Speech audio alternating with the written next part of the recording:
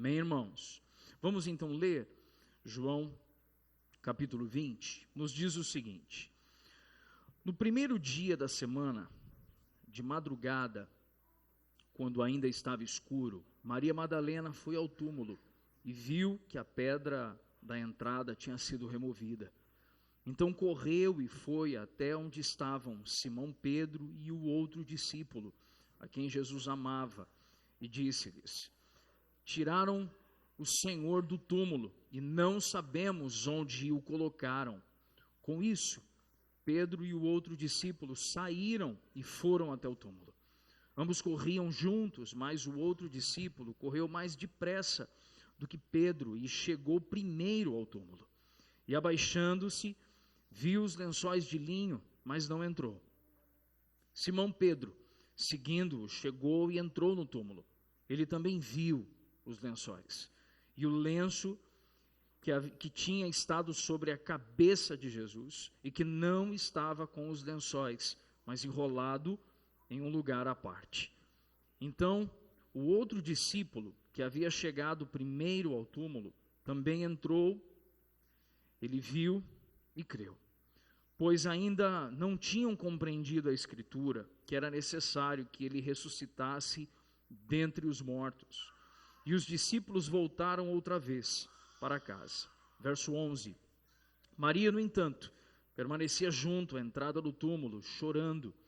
Enquanto chorava, abaixou-se e olhou para dentro do túmulo.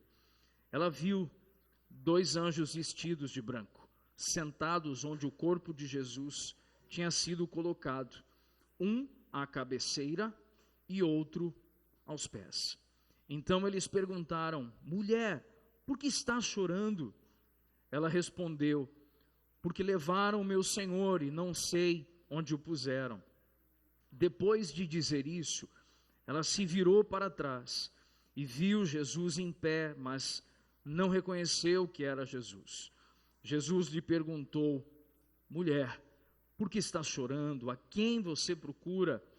Ela, supondo que ele fosse o jardineiro, respondeu: se o Senhor o tirou daqui, diga-me onde colocou e eu o levarei.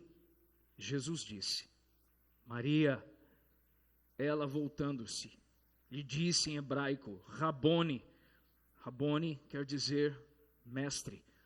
Jesus continuou: não, porque ainda não subi para o meu Pai, mas vá até os irmãos e diga a eles, vá até os meus irmãos e diga a eles: subo para o meu Pai e o Pai de vocês, para o meu Deus e o Deus de vocês. Então Maria Madalena foi e anunciou aos discípulos: eu vi o Senhor, e contava que Jesus lhe tinha dito essas coisas. Ao cair da tarde, naquele dia, o primeiro dia da semana, estando trancadas as portas da casa onde estavam os discípulos, com medo dos judeus, Jesus veio e se pôs no meio delas, dizendo: que a paz esteja com vocês. E dizendo isso, lhes mostrou as mãos e o lado. Então os discípulos se alegraram ao ver o Senhor. E Jesus lhes disse outra vez: que a paz esteja com vocês. Assim como o Pai me enviou, eu também envio vocês. E havendo dito isso, soprou sobre eles e lhes disse: recebam o Espírito Santo. Se alguns de vocês perdoarem os pecados, são-lhes perdoados, mas se os retiverem, serão retidos. Tomé, um dos 12, chamado Dídimo, não com eles quando Jesus veio. Então os outros discípulos disseram a Tomé: vimos o Senhor. Mas ele respondeu: se eu não vir o sinal dos pregos nas mãos dele, e não puser o dedo, e não puser a minha mão no lado dele, de modo nenhum acreditarei. Passados 8 dias, os discípulos de Jesus estavam outra vez reunidos, e Tomé estava com eles. Estando trancadas as portas, Jesus veio, pôs-se no meio deles e disse: que a paz esteja com vocês. E logo disse a Tomé: põe aqui o seu dedo e veja as minhas mãos. Estenda também a sua mão e ponha do meu lado. Não seja incrédulo, mas crente. Ao que Tomé lhe respondeu: Senhor meu e Deus meu. Jesus lhe disse: você creu porque me viu? Bem-aventurados são os que não viram e creram. Na verdade, Jesus fez isso diante dos seus discípulos. Jesus fez diante dos seus discípulos muitos outros sinais que não estão escritos nesse livro. Estes, porém, foram registrados para que vocês creiam que Jesus é o Cristo, o Filho do Deus vivo, e para que, crendo, tenham vida em seu nome. Vamos orar mais uma vez? Pai bondoso e querido, nós queremos te louvar, Pai, e render, submeter o nosso coração ao Senhor, Pai. Verdade, Senhor, é que nós só estamos ajuntados e reunidos porque nós, que éramos alvo da ira de Deus, nós fomos chamados pelo Senhor à redenção, Pai. O Senhor nos redimiu por meio do seu corpo, do seu sacrifício, o derramamento do seu sangue, Pai. Senhor, e é bem verdade que tantas vezes nós vivemos de modo a não levar em consideração aquilo que o Senhor fez, Pai.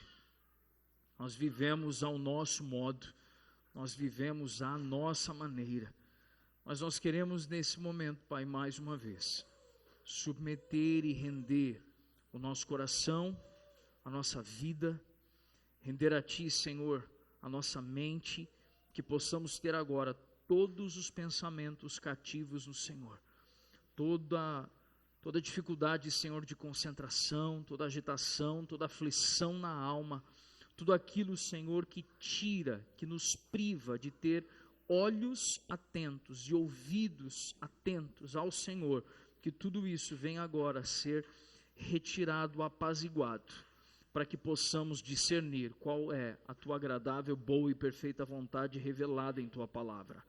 Senhor, também que irmãos aqui entre nós, que estão muitas vezes vivendo dias de tensão, angústia e aflição, e vez ou outra pensamentos têm interrompido muitas vezes o discernir da Tua voz, nós queremos nesse momento, Pai, clamar que o Senhor em sua misericórdia nos auxilie nisso, para que possamos discernir plenamente aquilo que o Senhor está falando conosco.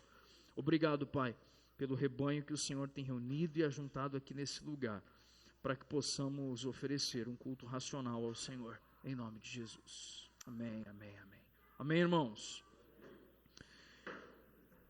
Irmãos, essa manhã, trazendo à memória algo que a gente compartilhou no domingo passado. No domingo passado nós finalizamos a mensagem com o relato do que tinha acontecido com Jesus. E Jesus, ele foi preso, Jesus foi apresentado ao sacerdote, Jesus foi entregue aos soldados romanos, Jesus foi levado até fora da cidade, chamado Monte Caveira ou Gólgota. Nesse trajeto do pretório até o Gólgota, de aproximadamente 1 quilômetro, Jesus foi trilhando esse caminho para ser exposto publicamente. E quando Jesus, no seu último momento de vida, ele pedindo por água, dizendo que tinha sede, Jesus, ele pronunciou uma palavra. Nós finalizamos a mensagem da semana passada, trazendo o entendimento sobre essa uma palavra que Jesus pronunciou. Jesus exclamou dizendo, tetelestai. E essa expressão, Jesus disse que tudo que havia para ser feito tinha sido concluído, que a obra tinha sido completa, a dívida tinha sido paga ali na cruz. Entretanto, em Mateus, no Evangelho de Jesus em Mateus, quando os judeus pediram sinais, e eu preciso trazer essa reflexão para a nossa memória. Quando os judeus tinham pedido sinais para crerem que Jesus é o Filho de Deus, Jesus disse para eles assim: vocês não receberão outro sinal, senão o sinal, alguém lembra qual é a expressão? Do profeta Jonas. E o sinal de que Jesus é o Filho de Deus é o sinal então chamado de o sinal do profeta Jonas. Por que o sinal do profeta Jonas? Está falhando um pouco. Está percebendo isso? Estou com receio de comprometer a gravação ali. Mas vamos. E o que seria o sinal do profeta Jonas?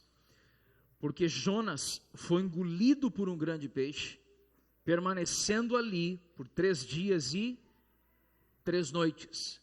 E após 3 dias e 3 noites, ele foi então expelido pelo peixe, e é então visto novamente. Então, quando os judeus pediram sinais de que Jesus era o Filho de Deus, ele disse muito antes de sua morte e ressurreição, ele disse: vocês não receberão outro sinal, senão o sinal do profeta Jonas. Muito importante para a construção desse sermão. Porque quando nós vemos o que aconteceu, Jesus, o corpo físico de Jesus foi morto. E nós temos ali a descrição de algo nos versículos que lemos. Nos primeiros 18 versículos, nós temos a aurora de um novo dia se erguendo. É importante dizer algo interessante sobre o Evangelho de João, porque se falar de Jesus fosse uma biografia, ela se encerra em que momento, irmãos? A biografia de Jesus, se ele tivesse sido um homem comum, a biografia de Jesus se encerraria com a sua morte e o seu sepultamento. A biografia de Jesus, se ele fosse um homem comum, seria finalizada citando como foi a sua morte, relatando o seu sepultamento e registrando os dizeres de uma possível lápide. Entretanto, irmãos, nós não estamos falando apenas de um homem, mas nós estamos falando do Deus que encarnou. Nós estamos falando do Verbo que se fez carne. Por isso a morte não pode deter aquele que é o autor da vida. E aí, quando vemos o que João está descrevendo, o fato de João ter continuado, porque se fosse uma biografia, não haveria capítulo 20 e capítulo 21. Se fosse uma biografia, João teria encerrado no capítulo 19. Teríamos encerrado com o momento que Jesus foi sepultado. Mas nós vemos aqui o relato de João entusiasmado nos capítulos 20 e 21, porque a ênfase é num milagre, o milagre da ressurreição, que mostra que Jesus Cristo não é como qualquer homem, ele é de fato o Filho de Deus. E vale dizer, irmãos, que aquele sinal que tinha sido pedido pelos judeus, mostra-nos que tu és o Filho de Deus. E Jesus disse: não lhes mostrarei outro sinal, senão o sinal do profeta Jonas. E após 3 dias e 3 noites, Jesus é trazido de volta à vida, como Jonas foi deixado pela boca de um peixe. E Jesus, com o ato da ressurreição, Jesus claramente está se revelando agora em seu corpo glorificado, como aquele que é verdadeiramente o Filho do Deus vivo. Sabe, irmãos, quando nós pensamos nisso, e eu preciso trazer de volta coisas que a gente tem falado aqui, a ressurreição é a parte essencial da mensagem do Evangelho e a doutrina básica, chave da fé cristã. Eu quero parar um segundinho e eu preciso trazer isso para a nossa reflexão. Irmãos, quando nós falamos do Evangelho, quando nós falamos da boa notícia, quando nós falamos da doutrina cristã, a doutrina cristã só é o que é porque Jesus ressuscitou dentre os mortos. Porque existiram outros homens que insurgiram contra Roma na história. Só que esses homens morreram e o túmulo deles era visto, era visível. Mas em Israel, onde está o lugar onde Jesus foi sepultado, tem algo escrito. Ele não está aqui, ressuscitou, como havia dito. Por isso, irmãos, quando nós falamos do Evangelho, e nós formos, inclusive, em conversas, proclamar o Evangelho para alguém, nós muitas vezes focamos em falar sobre benefícios humanos que a gente pode ter porque está em Jesus, quando na verdade a boa notícia é que Jesus, por ter se erguido do mundo dos mortos e voltado à vida, ainda que nós passemos pela morte, um dia o nosso corpo será trazido de volta à vida e teremos um corpo glorificado assim como o dele, para vivermos com ele por toda a eternidade. Irmãos, a ressurreição de Cristo é a maior notícia que um homem pode receber em vida, por saber que assim como a morte não pôde deter o nosso Cristo, todos quantos morrerem em Cristo também terão vida, e vida em abundância. Sabe, irmãos, a cruz e o túmulo vazios, preste atenção nisso, a cruz e o túmulo vazios, recibos de Deus, dizendo que a dívida foi paga. Então você olhar e saber que a cruz está vazia, é porque Cristo esteve nela, mas não está nela, e eu que deveria ter ido para aquele lugar, fui poupado daquele lugar. São recibos de Deus, de que a dívida foi paga. Jesus Cristo não é apenas o Salvador do mundo, mas Ele também é um agente de santificação, e que hoje está assentado à direita do Pai, intercedendo por nós. Ele é o nosso advogado, irmãos. E um dia, irmão, nós vamos ouvir a trombeta tocando, e Ele vai voltar. Ele vai voltar para nos proporcionar ter um corpo como é o corpo dele hoje, um corpo completamente glorificado. Nem mesmo quando lemos os primeiros 18 capítulos, irmãos, nem mesmo os seguidores mais próximos de Jesus, eles compreenderam de imediato a mensagem da ressurreição.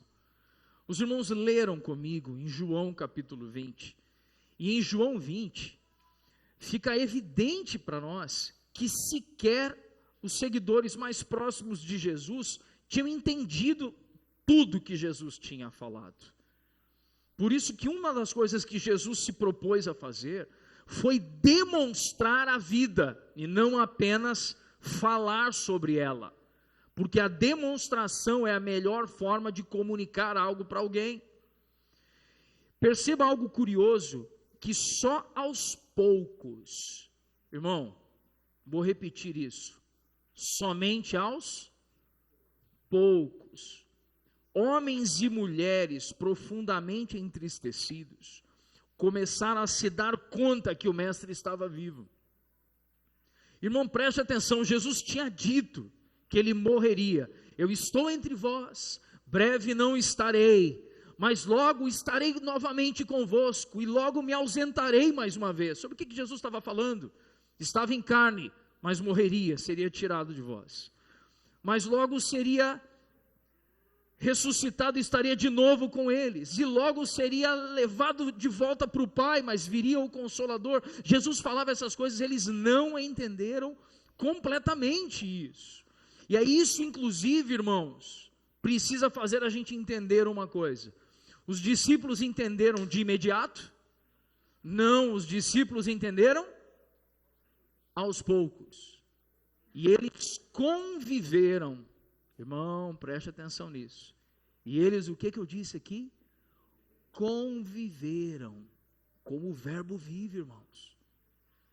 Então, quando você lidar com alguém que está entendendo ainda aos poucos, irmão, exercite a misericórdia. Ouviu o que eu disse?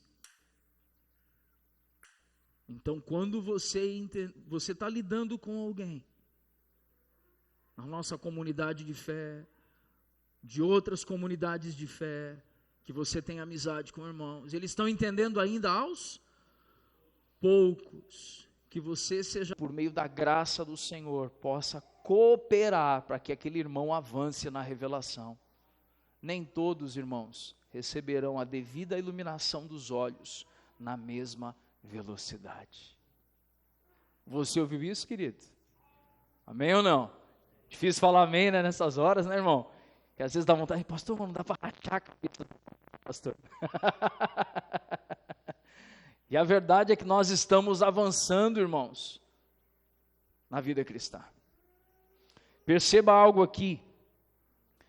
A consciência plena de que Jesus havia ressuscitado, ela foi transformadora. Ele transformou em júbilo as lágrimas de Maria Madalena. Preste atenção em 3 coisas aqui. Primeiramente, Maria Madalena estava em lágrimas, e ele transforma em júbilo as lágrimas de Maria Madalena. Transformou em coragem os temores dos 10 discípulos, e transformou em certeza a dúvida de Tomé. Por que 10 discípulos? Porque dos 12, Judas Iscariotes não estava mais, e Tomé tinha se ausentado. Vocês perceberam que houveram 2 encontros dos discípulos? No texto, no primeiro Tomé não estava presente, somente no outro, 8 dias depois. Isso, inclusive, é uma parte importante do nosso compartilhar essa manhã. Jesus, a mensagem da ressurreição, primeiro, ela transforma a tristeza em alegria. Segundo, a mensagem da ressurreição, ela transforma temores em coragem. E terceiro, a mensagem da ressurreição transforma dúvidas em certezas e convicções. Mas nós não estamos falando de coisas aqui da terra, nós estamos falando de certezas para a eternidade. Está ouvindo isso, né, meu irmão? Tá bom? Diante disso, nos primeiros 2 versos, nós vemos um relato ali. Como é que estava a fé de Maria Madalena, irmãos? Quando você relê agora brevemente, os irmãos estando com as Bíblias em mãos, quando você olha brevemente os primeiros 2 versos, nós vemos que a fé de Maria Madalena estava firme ou estava obscurecida? Porque ela estava à porta do túmulo e ela estava fazendo o que, irmãos? Chorando. E por ela estar chorando, estava chorando em dores profundas porque o seu mestre tinha sido morto. Mas ele tinha deixado uma mensagem que ele ressuscitaria. Isso quer dizer que a fé dela estava momentaneamente ou permanentemente enfraquecida, irmãos. Isso é muito importante. A fé de Maria Madalena, ela não tinha sido tomada, perdida, mas a fé que ela tinha estava obscurecida pelas angústias.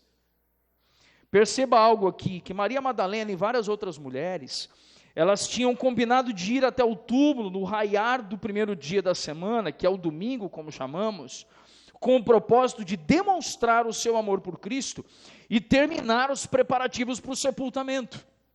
Por que isso? Porque quando José e Nicodemos prepararam o corpo de Jesus, se os irmãos lembrarem, estava se aproximando a festa da Páscoa. Eles estavam correndo porque eles queriam inclusive quebrar a bacia, os ossos de Jesus. Jesus já tinha morrido, não deixaram quebrar, então eles saíram correndo para preparar o corpo de Jesus e colocar no túmulo. Então aquelas mulheres, ainda era escuro no primeiro dia, quando elas chegam ao túmulo com a intenção de finalizar os preparativos para ali o cuidado com o corpo morto de Jesus. E quando elas lidam com isso, perceba algo que é bastante sugestivo, que as primeiras testemunhas da ressurreição de Cristo foram homens ou foram mulheres, irmãos? Foram mulheres. E aqui eu quero entrar num vespeiro, irmão, que vai ser bom. Que vai ser bom. Preste atenção em algo aqui. Entre os judeus daquela época, o testemunho das mulheres não era tido em alta consideração. Os rabinos costumavam dizer, preste atenção, essa frase era uma frase comum entre os rabinos da época. Os rabinos costumavam dizer, é melhor que as palavras da lei sejam queimadas do que entregues a uma mulher. Está ouvindo isso, irmãos? Olha o que um rabino da época dizia, que era melhor que as palavras da lei fossem queimadas do que entregues a uma mulher. Agora preste atenção em algo, mas essas mulheres cristãs, que estavam crendo em Cristo, tinham uma mensagem muito mais importante do que a lei, porque sabiam que Jesus estava vivo. Agora preste atenção em algo, irmãos, com todo o carinho e zelo, minhas amadas irmãs em Cristo, entendem porque evangelho e feminismo não combinam. Porque alguém que está vivendo por meio do evangelho reconhece que o próprio Cristo deu às mulheres também lugar. Você está entendendo isso ou não, irmãos? Então, quando uma mulher feminista, ela começa a querer rasgar a Bíblia, ela não entendeu que o autor da vida tratou as mulheres com todo zelo, carinho e consideração. Você está entendendo isso ou não, meu irmão? Isso tira os homens também do machismo, hein? Tudo bem aí, irmãos? Amém ou não? Porque evangelho não é sobre ideologia, o evangelho é simplesmente o evangelho e ponto final. Amém, irmãos? Por isso que não cabe nem homem machista, cristão, e nem mulher feminista, cristã. Não cabe, porque o evangelho é a boa notícia, que coloca tudo que estava em desordem em seu devido lugar. Amém, irmãos?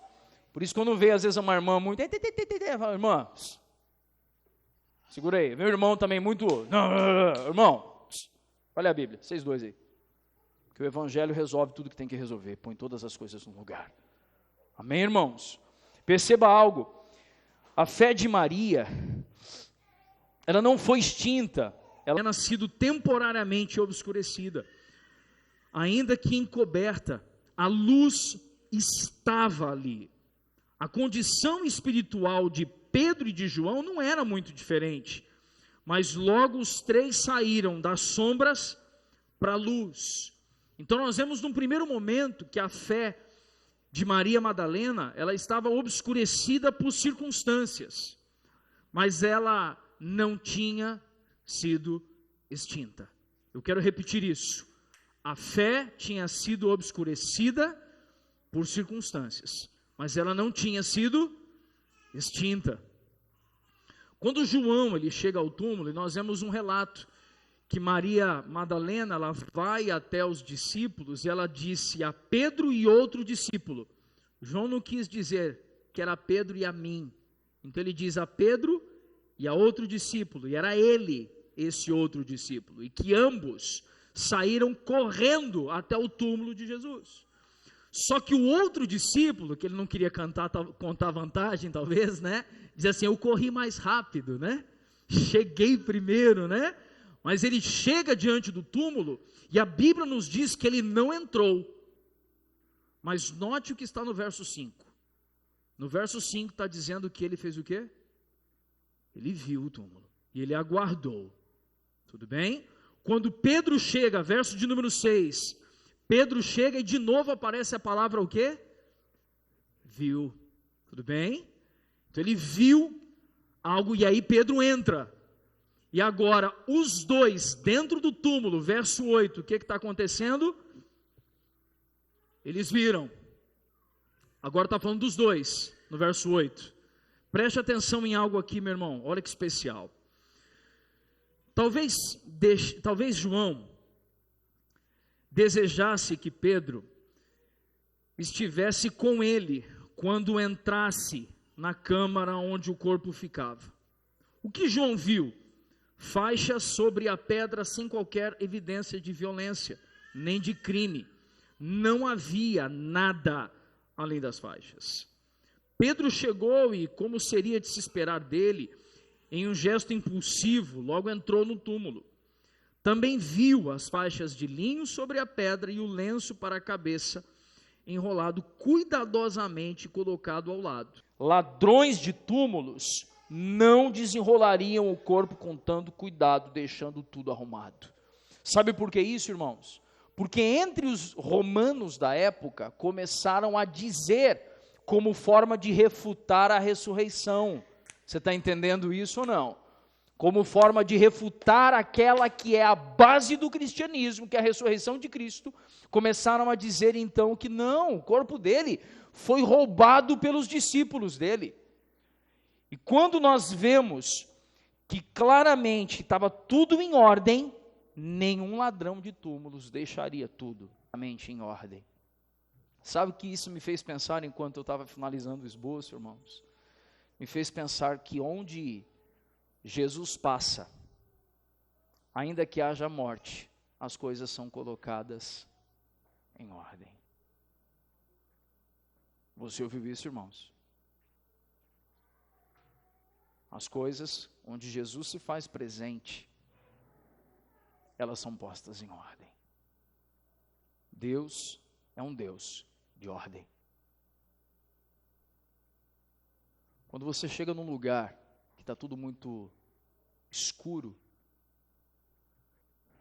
e você sabe que as coisas podem estar fora do lugar, a primeira coisa que você faz é o quê?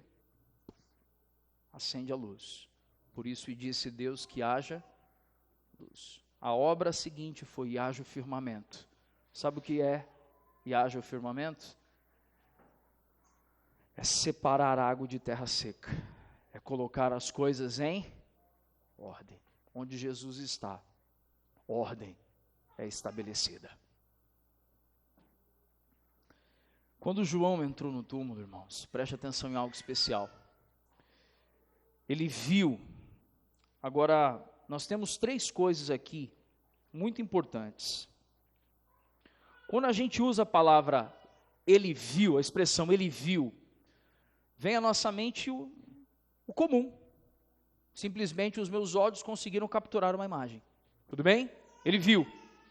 Entretanto, nos originais do grego, nós temos uma distinção aqui. Se você quiser registrar, preste atenção nisso. No verso de número 5, diz que João chega à porta do túmulo e viu. Tudo bem? Os lençóis. Está dizendo que ele espiou, olhou de relance. Então que João chega no verso 5, talvez ele se aproximasse e olhou assim de relance. Esse viu é uma imagem completa ou parcial? Parcial. No verso de número 6, agora é Pedro que viu. No verso de número 6, a expressão viu no grego é olhar com cuidado e observar.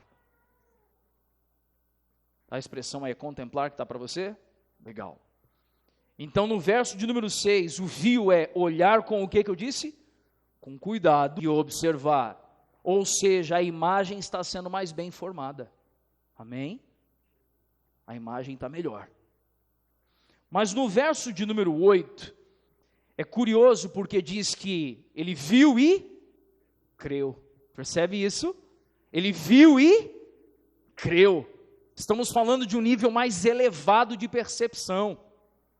Nesse momento, está falando esse viu e creu, ele percebeu com uma compreensão intelectual e emocional. Então ele bateu os olhos e disse: Jesus verdadeiramente ressuscitou. Não havia dúvidas mais na mente e nem no coração de Pedro e de João. Eles estavam convictos verdadeiramente que Jesus não estava ali. E nós vemos aqui, irmãos, em 3 versos, verso 5, verso 6 e verso 8, um crescimento progressivo do entendimento do que é ver. Você está entendendo isso, irmãos? Por isso nós muitas vezes, e aí é um desafio para nós, a gente pergunta assim: você está vendo o que Deus está querendo falar com a gente? Está vendo o que Deus está querendo fazer? E muitas vezes a gente responde o quê? Sim, eu estou vendo. Mas quando a gente responde esse estou vendo, qual é o nível do eu estou vendo? Será que nós estamos espiando? Será que nós estamos apenas na perspectiva factual de que havia um corpo e ele não está aqui? Ou ele está na perspectiva da crença e da convicção de que não, ele não está aqui, porque ele disse que não estaria aqui, ele ressuscitou, como havia dito. É um ver e crer com uma convicção em nosso coração. E é curioso que é por isso que muitas vezes a gente tem dificuldade de compreender que entre um grupo de membresia de igreja, há irmãos nos 3 lugares de eu vi. Por isso precisamos tanto exercitar a ternura e a misericórdia entre nós. Quantos estão compreendendo que isso daqui é inclusive uma palavra bem pastoral assim? Vocês estão entendendo isso ou não, irmãos? Amém? João entrou no túmulo e olhou para as evidências. Ele viu e creu. Agora, quando nós vemos o que o Wiersbe declarou aqui sobre esse texto, eu gostaria que os irmãos percebessem com muito cuidado o que o Wiersbe disse aqui. Ele disse assim: que tipo de fé Pedro e João exercitaram nesse estágio da sua experiência espiritual? Sua fé baseava-se nas evidências. Preste atenção nisso. Era importante para aquele momento, amém ou não? Meu Deus, como era importante eles chegarem e não verem o corpo de Jesus ali. Agora o Wiersbe continua dizendo: viram as faixas e tiveram certeza de que o corpo de Jesus não estava lá. Porém, por mais eficazes que sejam as evidências, para convencer a nossa mente, não são suficientes para transformar a nossa vida. Nós que vivemos séculos depois desses acontecimentos, não podemos examinar as evidências. É ou não é verdade, irmãos? Não, mas tem um santo sudário. Para, irmão. Para, que tem história nessa conversa.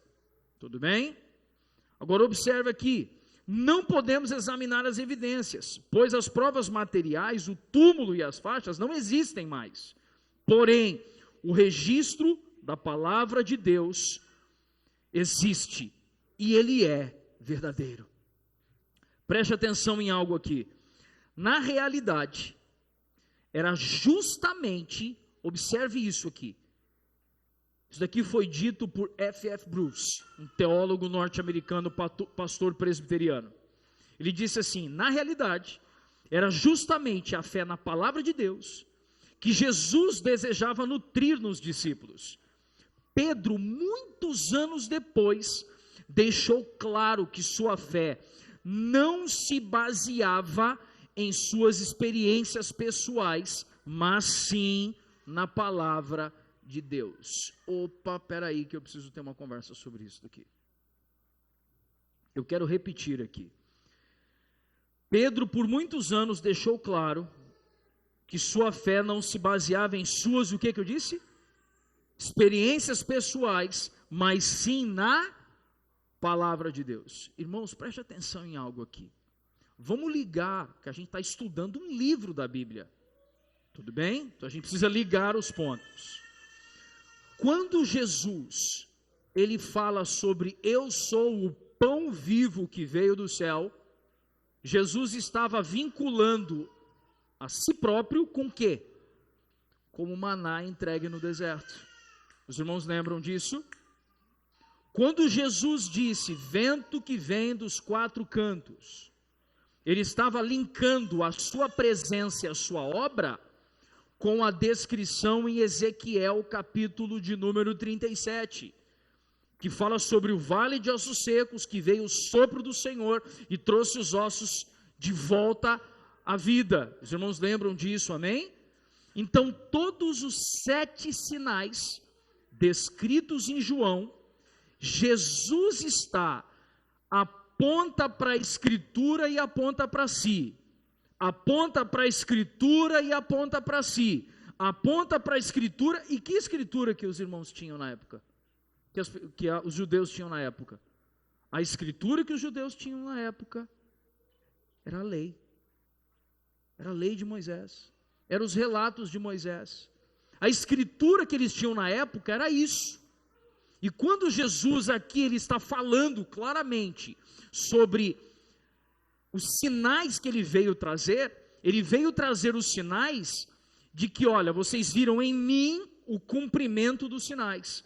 Por isso que foi dito lá no Evangelho segundo escreveu Mateus, que a lei e os profetas se cumprem em quem?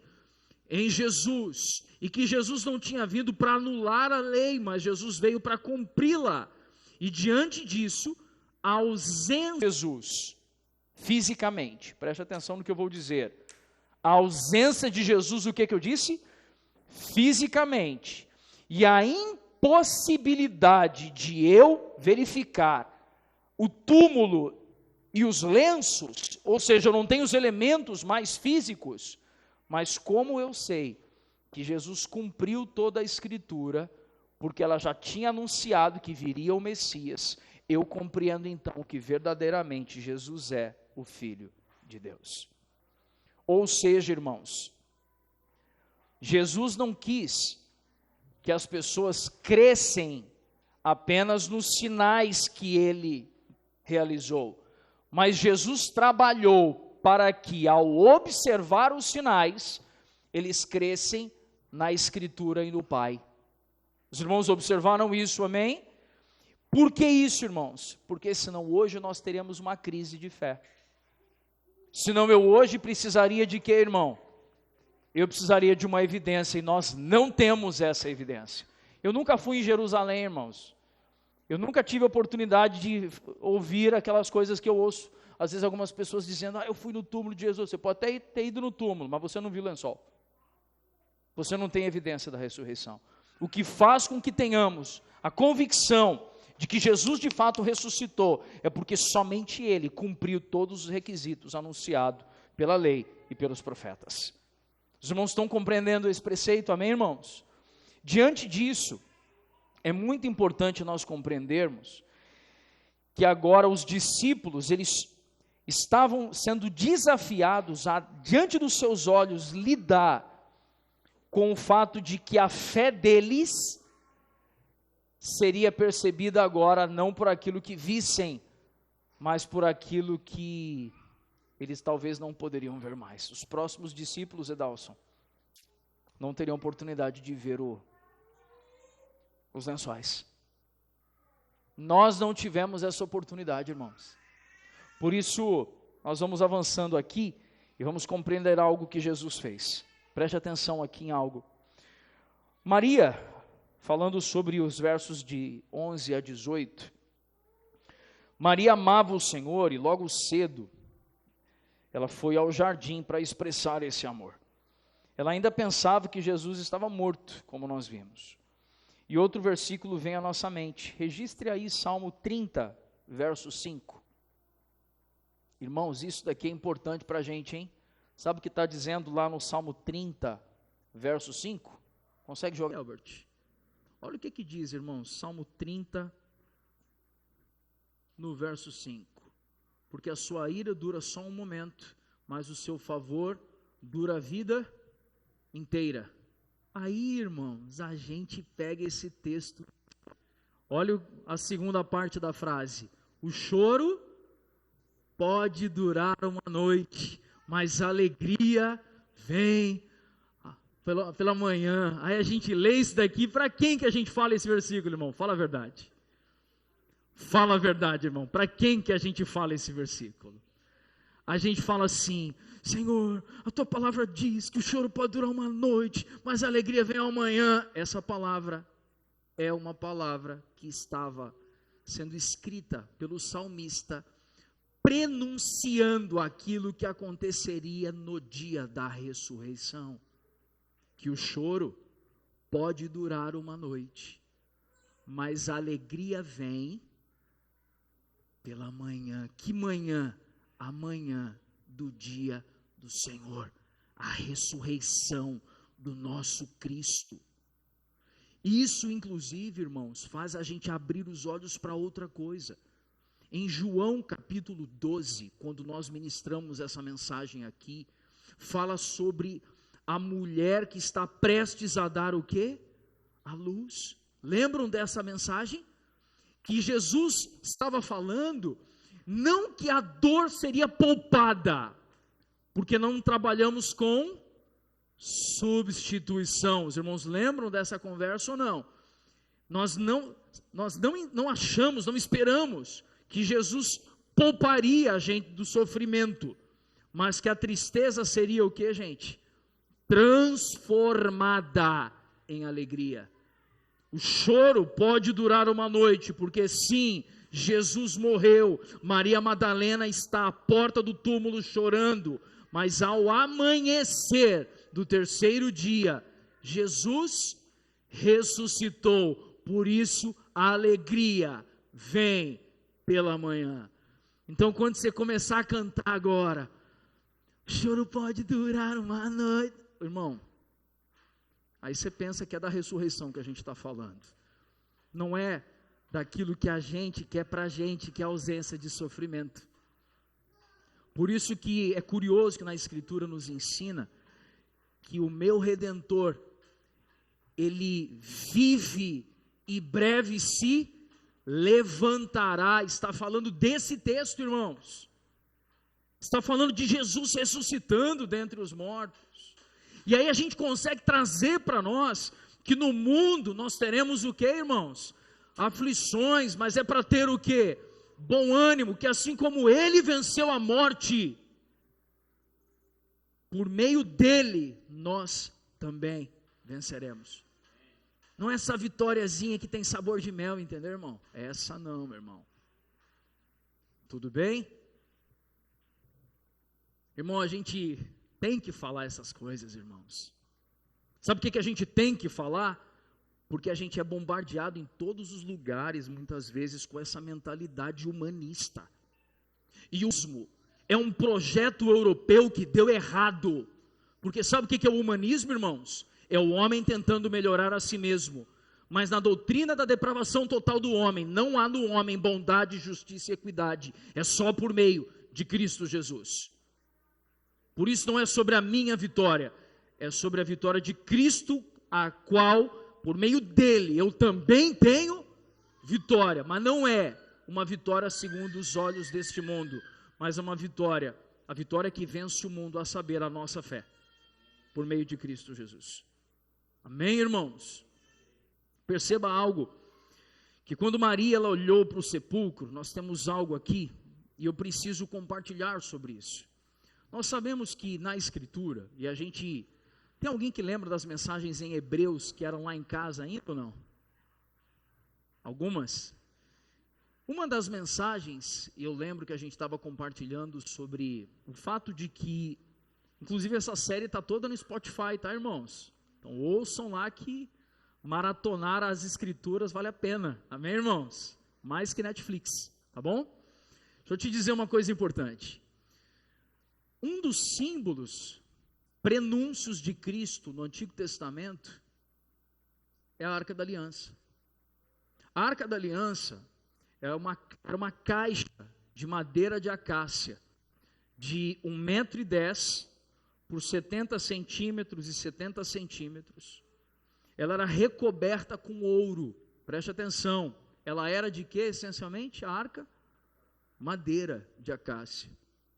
A madeira de acácia, inclusive, eu ouvi muitos anos atrás que a acácia é um tipo de árvore, né? Que ela é toda retorcida e só o trabalho refinado de um bom carpinteiro daria conta de transformar algo tão retorcido em uma placa tão organizada e tão corretamente alinhada. Curioso, porque Cristo trabalhou aqui na terra como carpinteiro. E recoberto por ouro. O ouro era uma simbologia utilizada para falar do que, irmãos? Da glória. Então, madeira recoberta com ouro está falando da natureza humana com a natureza divina. E somente um recebeu isso aqui, que foi Cristo Jesus, o Filho de Deus. Mas essa caixa tinha uma tampa. A tampa era de ouro maciço. E em cima dessa tampa nós tínhamos 2 anjos, não sei se os irmãos lembram, com as asas voltadas um para o outro, e entre esses 2 anjos, uma chama. Essa chama era chamada de chama do propiciatório, onde uma vez por ano, o sumo sacerdote entrava no átrio, sacrificava o novilho, pegava o óleo, pegava o sangue, passava pelo lugar santo, tinha alguns atos que precisava realizar no lugar santo, entrava no Santo dos Santos e aspergia aquele sangue na chama do propiciatório. E quando o sangue era aspergido na chama do propiciatório, nós vemos que aquele sangue vai vaporizar. Tudo bem, gente? E ao fazer isso, produz-se uma fumaça no lugar, correto? Curioso, porque em Isaías fala sobre incenso perfumado às narinas de Deus. Tudo bem ou não?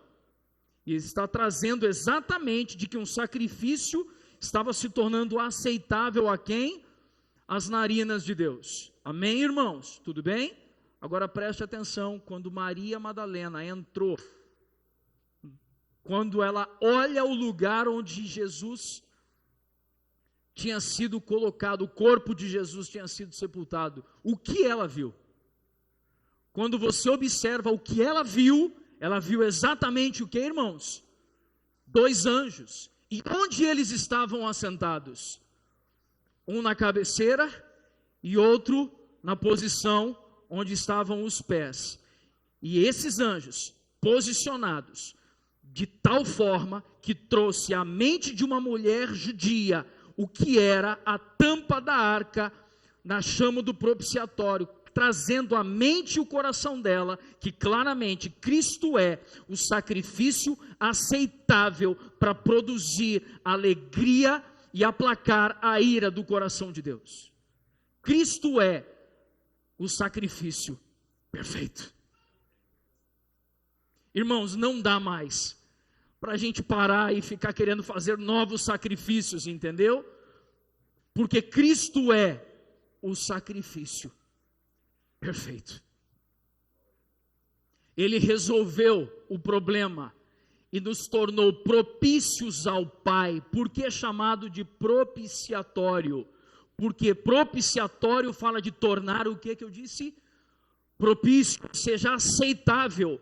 Então, se Jesus é o sacrifício aceitável, todos quantos estão em Cristo Jesus também se tornam aceitáveis ao Pai.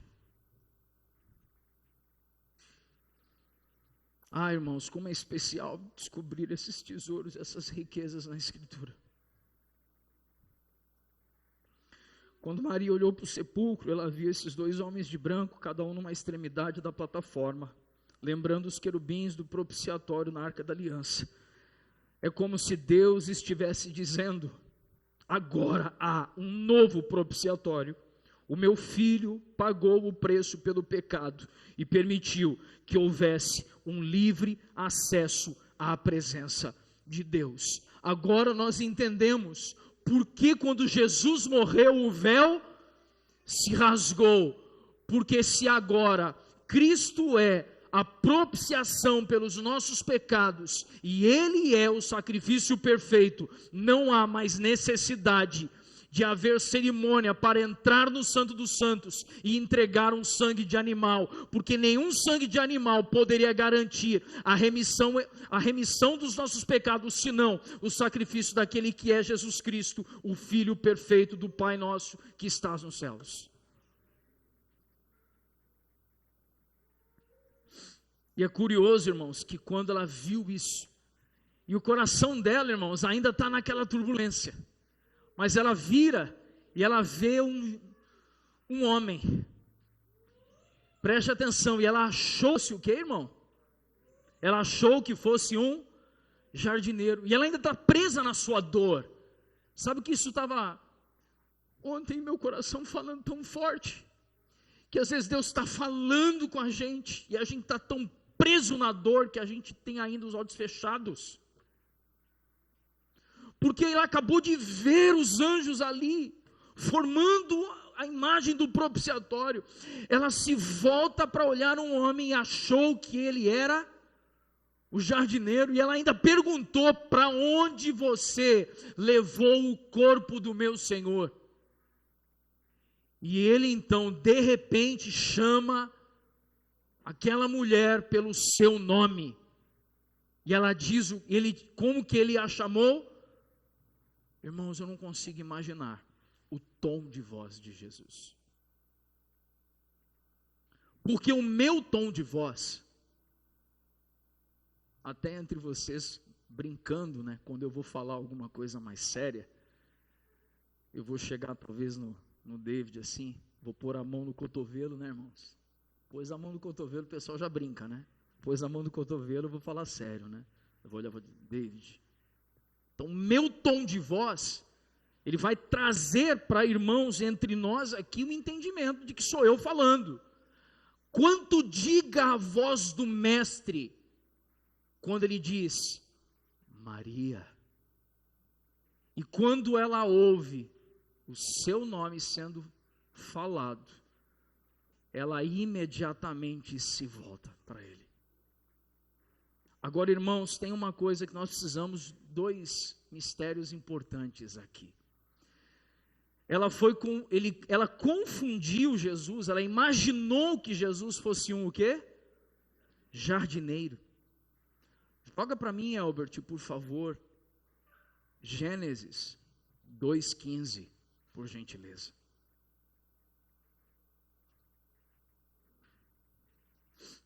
Em Gênesis 2,15, diz que o Senhor tomou o homem e o colocou onde? No jardim do Éden, para o cultivar e guardar. O homem, Adão, foi colocado no Éden para cultivar e guardar um jardim. E o que Maria achou que estava falando com um jardineiro, porque assim como um primeiro Adão foi posto no Éden para cultivar e guardar a terra, e fracassou em seu compromisso, aquela mulher, ainda que com a sua consciência enebriada pela dor, aquela mulher conseguiu perceber que havia alguém ali colocado para cultivar e guardar a terra, a saber, Cristo Jesus, o segundo Adão, o homem perfeito. Assim como o primeiro Adão, por meio de quem o pecado entra no mundo, por meio do segundo Adão, o homem perfeito, o pecado foi vencido. E quando vemos a forma com que ela reage, irmão, ela reage usando uma palavra. Qual foi a palavra que ela usou? Rabone. Curioso, né, irmãos? Comum ou incomum o uso dessa palavra? Então preste atenção em algo. Tudo que ela conseguiu dizer foi Rabone. E ao fazer isso, perceba que só tem dois lugares onde esse texto é exposto, essa palavra é exposta. Aqui em João e em Marcos 10:51. O texto grego ensina que a palavra Rabone significa mestre. Entretanto, os gregos, eles distinguiam níveis de um mestre. Preste atenção, se você puder olhar para mim, talvez o gestual me ajude em comunicar algo aqui. No primeiro nível, nós temos um tipo de mestre chamado de rabi. E é curioso que agora você não vai conseguir mais ler a Escritura sem levar em consideração que em muitos momentos Jesus foi chamado de rabi. Então foram pessoas que achavam que Jesus era somente mais um mestre, rabi. Em um segundo nível, existiam os rabinos. E os rabinos eram aqueles que tinham autoridade para formar outros rabis. Entende isso ou não, irmãos? Agora existia um nível mais elevado, chamado de Rabone, um mestre que não pode ser questionado. Então, quando ela vira e diz Rabone, ela está dizendo: todas as minhas dúvidas foram embora. Você é o mestre o qual eu esperava, e eu não tenho dúvidas de que o Senhor é o Filho do Deus vivo. Rabone. Acerca disso, irmãos, eu quero trazer agora uma reflexão, que é um desafio para o nosso coração, irmãos. É um desafio para a nossa cultura atual. Eu acabei até mesmo na minha oralidade cometendo um pequeno deslize, e eu já vou corrigir. Wiersbe trouxe uma reflexão que disse o seguinte: é preciso cuidado de não nos relacionarmos com Cristo segundo a carne. Entre aspas, essa expressão. Tudo bem? É preciso cuidado de não nos relacionarmos com quem? Com Cristo. Entre aspas, agora o quê? Segundo a carne. Ou seja, se ele ainda se encontrasse em seu estado de humilhação. Porque Jesus esteve aqui entre nós, e segundo Filipenses capítulo 2, versos 5 a 11, diz que ele, sendo Deus, não teve como usurpação ser igual a Deus, mas a si mesmo se esvaziou, assumindo o que, irmãos? A forma humana. E em Jeremias diz que nele não havia beleza ou formosura, então ele veio aqui entre nós como um homem comum. Amém, irmãos? Então Jesus aqui, ele se relacionou, entre aspas, segundo a carne, respeitando os níveis da compreensão humana. Consegui me expressar com clareza até aqui, irmãos? Amém ou não? Ninguém batia os olhos nele e sabia que ele era o Filho de Deus, de cara, só de olhar, porque ele veio na forma humana. Wiersbe continua dizendo: hoje ele é o Filho de Deus exaltado na glória. Hoje precisamos compreender que ele deve ser honrado como tal.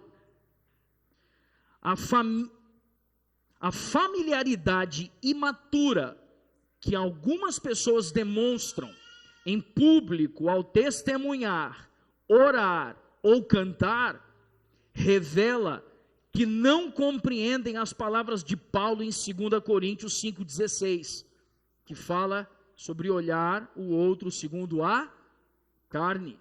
E o Wiersbe assevera dizendo: quando João estava com Jesus à mesa, o que ele fez? Quando Jesus estava à mesa com os discípulos e João estava junto, o que João fez? Ele reclinou sobre o peito de Jesus. Não é isso que diz a Escritura? Repetindo, quando João esteve à mesa, reclinou-se sobre o peito do mestre, isso descrito em João 13, 23. Mas quando o mesmo João, exilado na ilha de Pátimos, foi levado a ver coisas inimagináveis, quando ele viu a Jesus, ele caiu como morto aos seus pés diante da majestade, da glória do Filho de Deus. Diante disso, irmãos, preste atenção, sabe o que o Wiersbe está nos ensinando? Para nós não tratarmos Jesus segundo a carne, mas entendermos que hoje Ele está em glória e majestade e voltará. Aí você entende porque eu tenho tanta dificuldade de dizer você.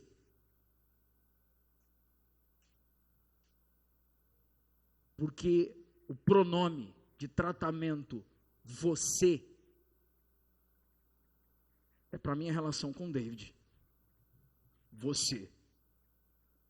Agora, quando Samuel ou Daniel chegam para mim e eu pergunto alguma coisa, ontem, estava terminando o esboço, Daniel entrou no escritório, Daniel, faz isso daqui, virou e tá.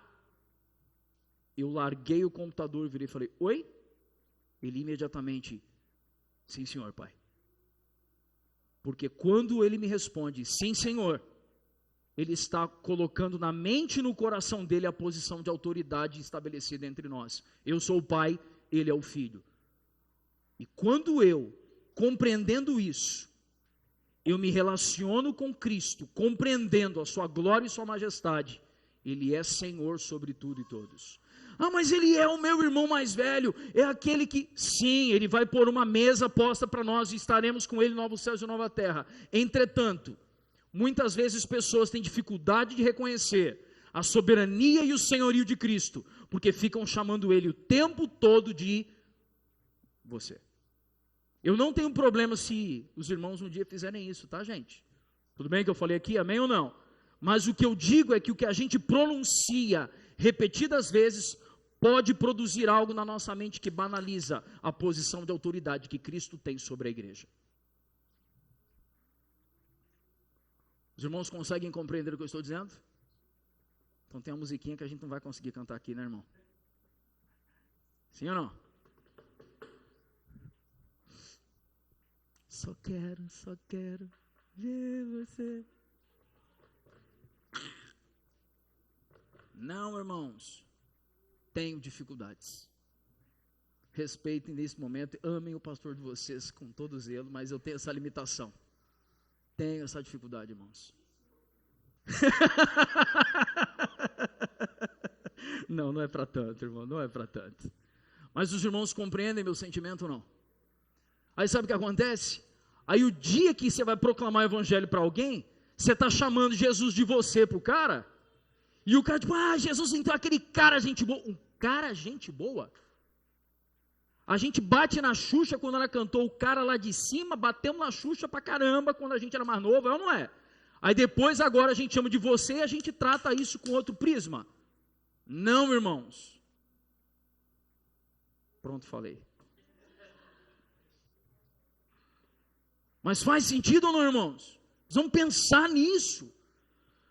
Não seremos radicais num extremo, mas também não seremos liberais no outro extremo. Trabalhar num lugar de sabedoria, irmãos. Amém, queridos? Aí dá para você entender por que o pastor é tão chato, até com o set list dos louvores que a gente canta aqui. Porque quando a gente vai cantando, inclusive os irmãos do louvor tiveram uma reunião no início comigo e outra recente com o Rafael. Antigamente não era comum ler e escrever para a população, irmão. As pessoas não liam e não escreviam. Acesso à leitura escrita é uma coisa mais recente. Então, sabe qual era o jeito que os pais ensinavam aos filhos sobre a escritura? Com as cantigas. Eram os salmos. Por isso, aquilo que ouvimos e aprendemos dos nossos pais, não ocultaremos aos nossos filhos. Era por meio de música, era por meio de canções. Por quê? Porque a gente sabe que a melodia e a harmonia tem um poder de fixação na nossa mente incrível. Então, que a gente canta doutrina à igreja. Então, a gente não canta para sentir, a gente canta para aprender. Pronto, falei mais uma. Você está entendendo isso ou não? Vamos sentir a presença de Deus, irmão. Você sente a presença de Deus, é no seu dia a dia com o Senhor. Culto público é uma declaração pública de adoração coletiva. Não é para chapação, chapa no seu quarto, irmão. Culto público não é para chapação. Tem um cartaz meu, irmãos, de uns 10 anos atrás. Graças a Deus ninguém vai achar porque eu já paguei tudo. Só se alguém encontrar alguém que tenha, né? Tem uma foto minha com violão assim. Evento, Chapados pela Glória. Deixa eu até beber uma água que minha pressão subiu.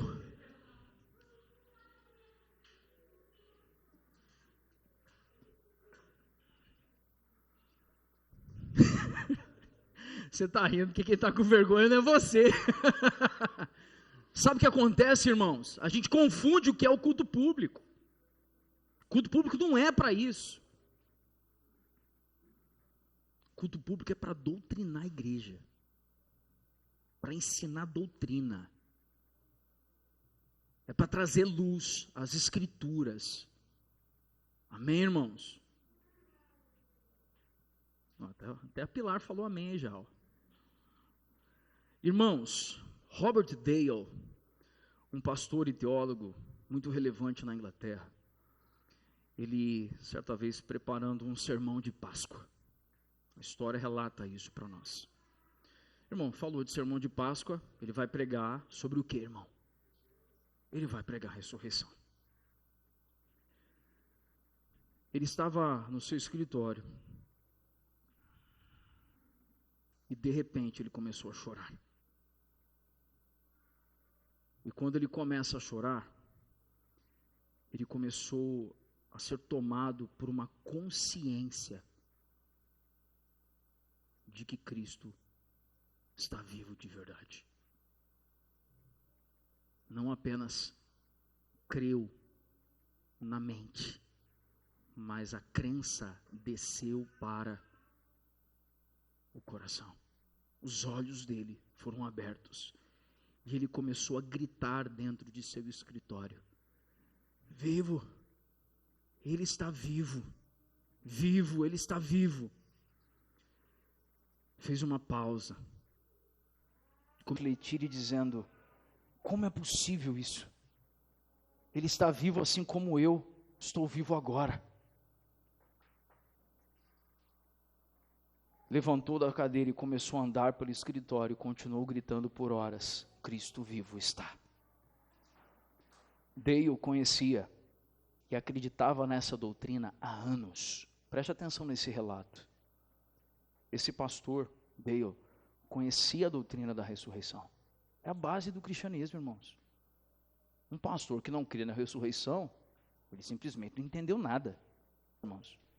Um irmão que alega ser cristão, que não crê na ressurreição, não entendeu nada. E ele ouvia e pregava essa doutrina há anos, mas ele foi sobrepujado por essa realidade. A partir de então, o Cristo vivo passou a ser o tema de suas pregações. E ele pedia que sua congregação cantasse um hino de Páscoa todas as manhãs de domingo.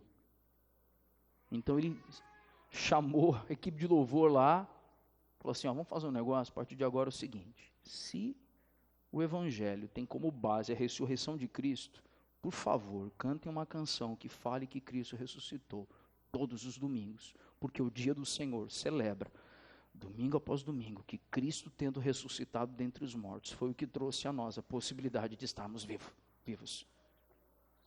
E ele então disse uma frase, quando ele foi questionado pelo seu presbitério, ele disse uma frase: meu desejo é que o povo da igreja capte a gloriosa riqueza de que Cristo está vivo e se regozije com essa verdade.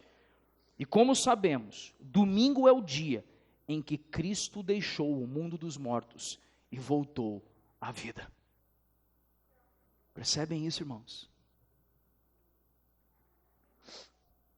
Diante disso, Dale conhecia claramente a Escritura. E ele então redige uma frase, e a frase é: a fé histórica diz, Cristo está vivo. Ouviu o que eu disse? A fé, o que eu falei aqui? Histórica diz, Cristo está vivo. A fé salvadora diz, Cristo é vivo em mim. Irmão, preste atenção, abre em Romanos 8:11. Nós vamos ler esse último verso. Como eu imaginei, eu não fechei o capítulo.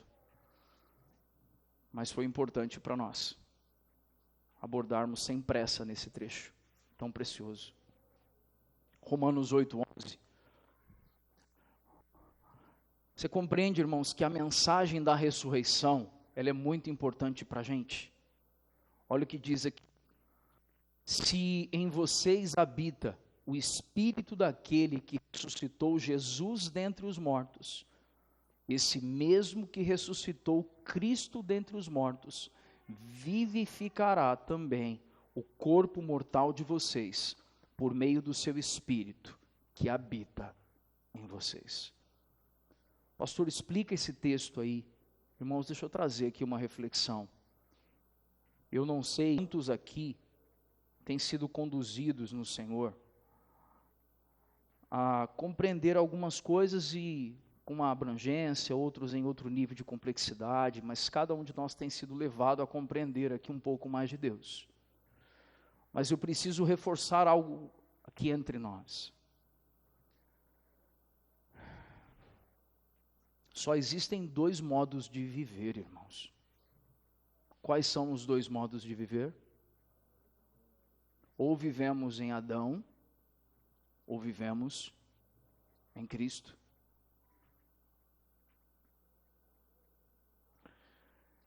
Em Adão nós já estamos mortos em nossos delitos e pecados. Por isso, quando às vezes a gente vai tratar alguma questão,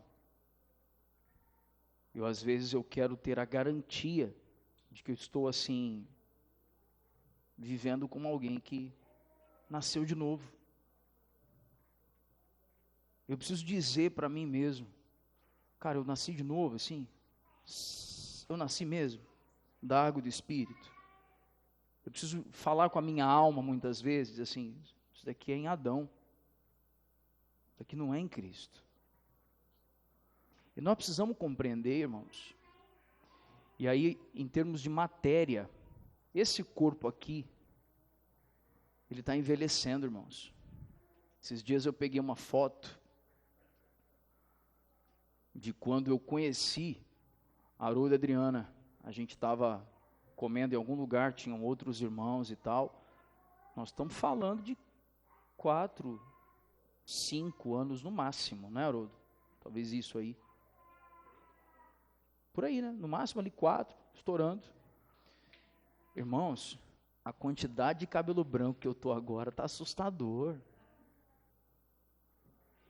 E aí foi curioso, porque aí a Adriana fez a brincadeira, assim, você não tinha esse tucho branco na barba e tal. E se a gente trouxer um elemento tão comum para a nossa compreensão, esse corpo aqui, ele está acontecendo o que com ele, gente? Ele está se degradando.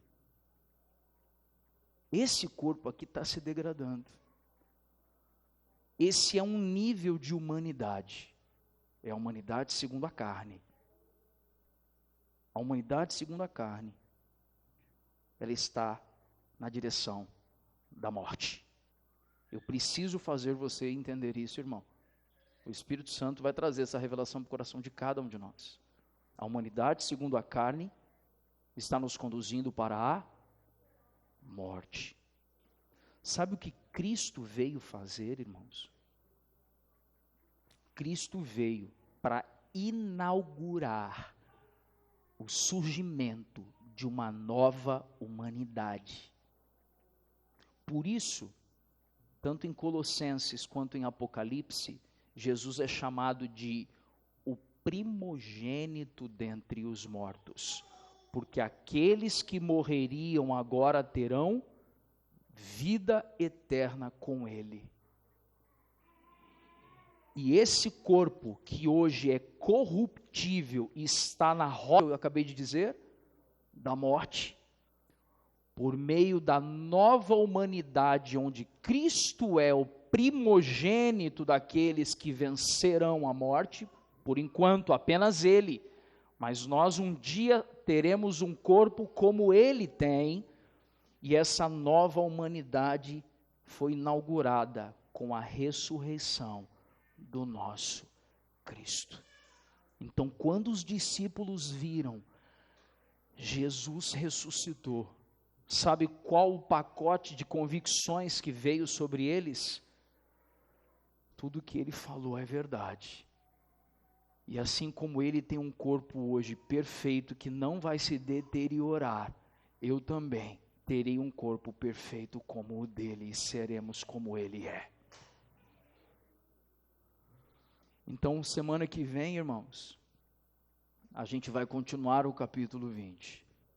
E aí nós, quando estivermos compartilhando e meditando nisso, nós vamos entender que um gesto de Jesus, eu só vou dar um spoiler para você criar esse entendimento já ao longo da semana no coração. Quando Jesus está com os discípulos, ele sopra sobre eles. Porque o soprar está falando de Adão, era barro, e o sopro trouxe o quê? Vida. Quando Jesus sopra sobre eles, não é para rodopiar no manto. Quando ele sopra sobre eles, é para trazê-los ao entendimento. Assim como uma humanidade começou em Adão, agora tem uma nova humanidade sendo formada a partir do meu corpo, a partir de Cristo. Amém, irmãos? Vamos estar em pé? Vamos falar com o Senhor?